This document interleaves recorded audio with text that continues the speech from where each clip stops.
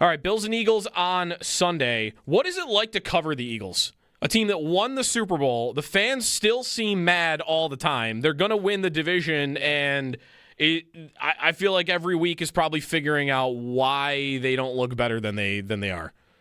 Yeah, I'm not going to lie. I mean, Bills fans listening will probably roll their eyes, but it can be exhausting because this happens.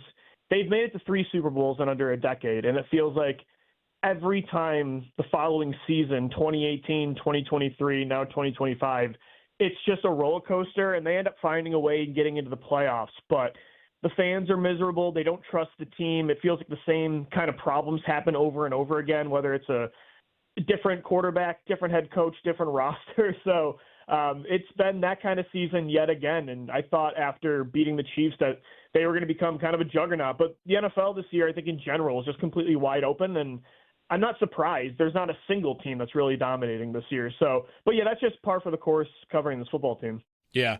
Why doesn't it look great all the time? The roster feels like it has at least Pro Bowl, if not all pro talent at almost every position group. What is the problem for you?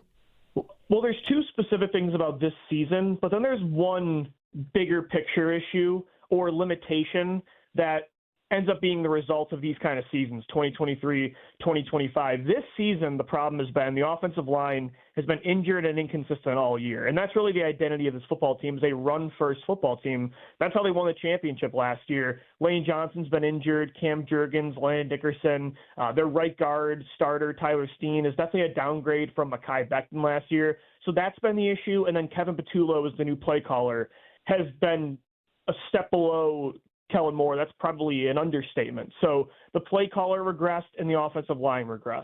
But I think the bigger issue is that Nick Sirianni and Jalen Hurts, like they have their strengths that allow you to compete for championships year after year, but they also have clear limitations that if the play caller isn't as bad or isn't as good, and if the offensive line and the run game isn't as consistent, I think those two have shown that they haven't really evolved yet in their career.